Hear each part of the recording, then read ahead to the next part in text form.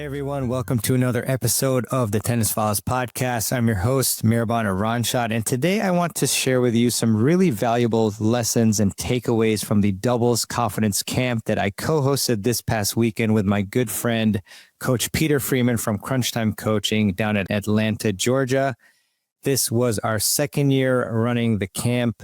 We had 8 players attend both years, and our motto for the weekend was teach it, train it, test it. That means we show you the technique, we train it through drills, and then we test it in live play situations. And here's the thing, while I'll share some behind the scenes stories about the camp and lessons, my goal today is to give you actionable doubles tips, things you can take to the court this week to improve your volleys, positioning, shot selection, and overall confidence in doubles. So just to set the scene, we had 2 full days of tennis scheduled for 8 a.m. to 3 p.m. on Saturday and Sunday. However, on Saturday morning, it actually rained, so we had to push the start back to 10 a.m. But after that, the weather cleared up and we got in a ton of great tennis. The cool part about having just 8 players is that everyone got a lot of personalized attention, and that's where the confidence comes in, because when you repeat the right habits over and over with good feedback, your game really changes. So on day one of the first things we worked on was volley technique. And this was actually very intentional because last year we saved volleys for the end of the camp, the volley technique, that is, and players told us that they wished that they had learned this earlier, the volley technique, so that we could practice it the whole weekend. So then this year we listened to the feedback and we flipped it. So we began the camp with volley form and footwork. And this is a huge takeaway for you, the following tips. So first off, with your volley, keep your take back compact. Most club players bring the racket way too far back, which costs them time and consistency. In some cases, I noticed that, some of the players, it looked like they were almost going to hit a ground stroke with, their take back, but we fixed that and it really made their volleys more consistent and look way better. Also, leading with the butt cap of the racket helps you stay compact and punch through the ball. And then extending and almost locking your arm out to create stability and pop really helps you with that pop when you straighten out that arm. And also keep moving your feet through your volley whenever possible. Don't just stop and reach. That'll give you extra momentum and depth and power. So if you only remember one thing from this particular section I just talked about from the camp, think about compact swing plus active feet. Then you'll get those solid deep volleys. Another big concept that we covered during the camp was positioning and protecting the middle. So one particular concept that a lot of players forget about is the staggered formation. So with the staggered formation, if the ball is on your side, then you should be the net player who's closer into the net. And then your partner staggers back a step or two to cover lobs and passes. So an example here is if you're both at the net and the ball goes to the ad side and you're on the ad side, then you should be closer to the net while your partner on the do side staggers farther back than you.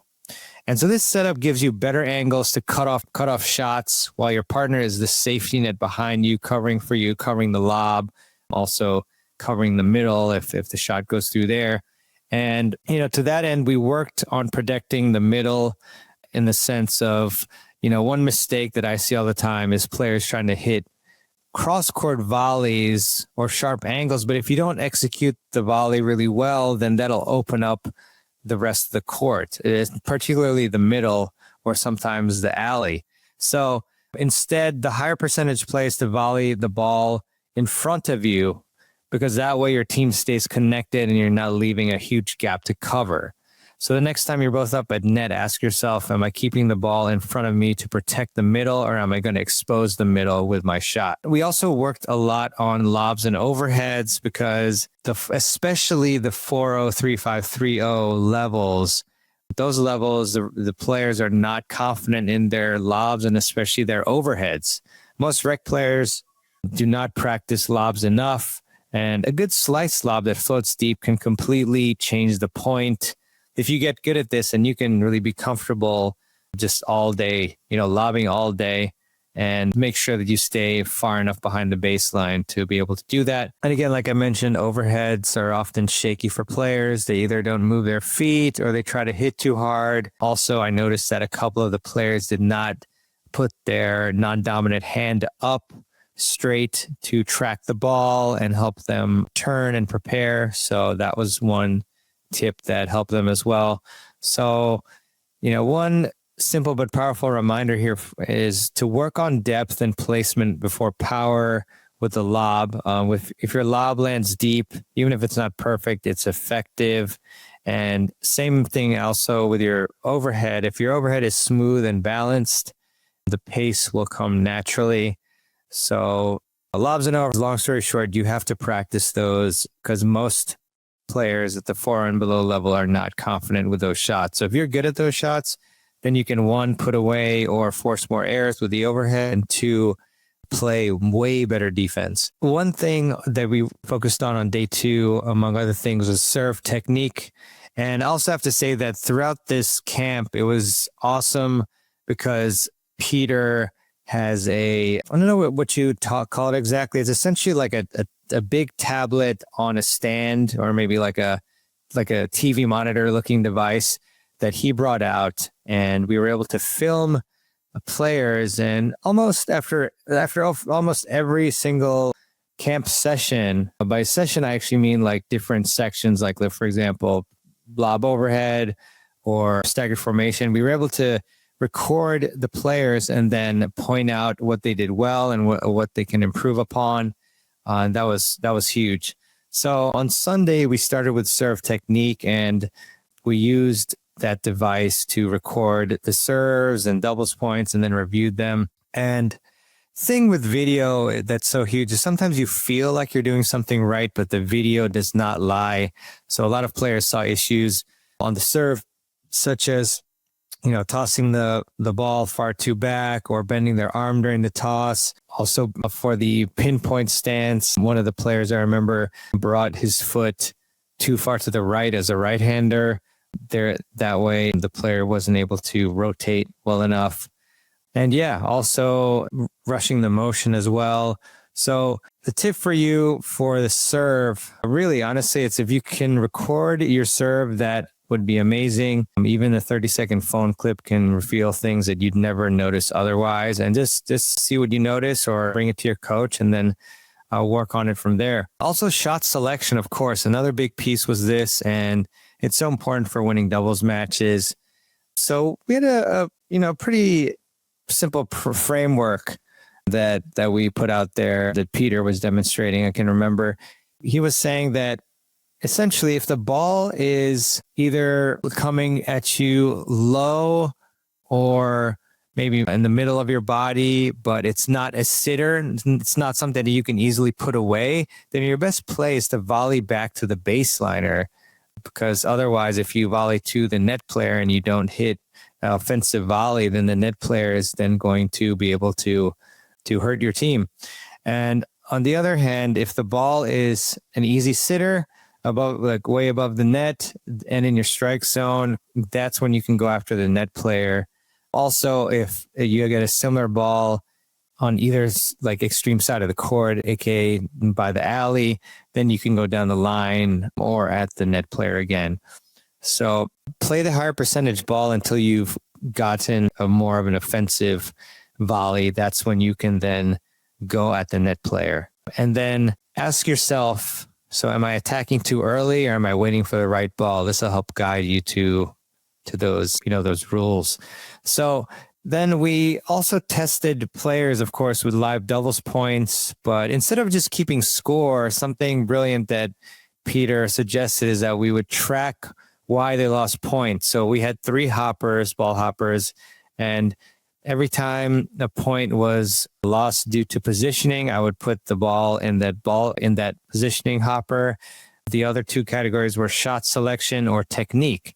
And what we found was that the higher level court made fewer positioning mistakes, while most errors at the lower level came from being out of position or, such as not protecting the middle or just being too far up in the court while trying to hit ground strokes. So you're getting caught there and almost, sometimes in no man's land or sometimes a little bit below that. But that was one mistake that some of the players made, was just staying too far in front of the baseline when they were trying to rally and hit baseline shots. So the higher level court, so they made the most errors due to shot selection. So, the big takeaways for you that came from this camp are, first, the volley technique: have a compact take back, lead with the butt cap, extend and move your feet through the volley, and then stagger your positioning. The ball side means then that net player should be closer and the partner is staggered back farther behind. Then you have to protect the middle. So volley in front of you, not to low percentage angles or angles that are not putaways or really offensive shots, because then that exposes and it breaks up the strong link that you have. Then you need to build confidence in lobs and overheads.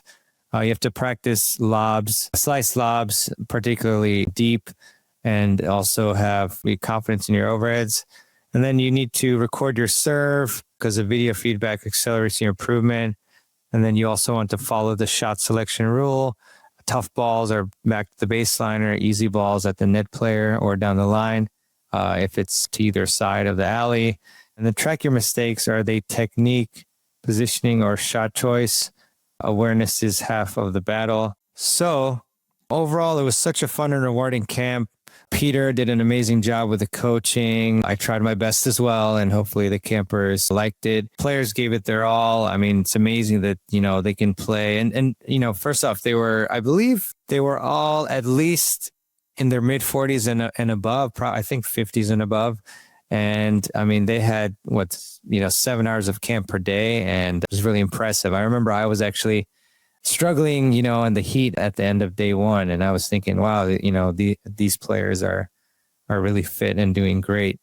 So I can say, from my perspective, I think that the players all walked away with more confidence in their doubles game. And if you all are interested in doing our doubles camp next year, then just send me an email at mehrban@tennisfiles.com. That's mehrban@tennisfiles.com.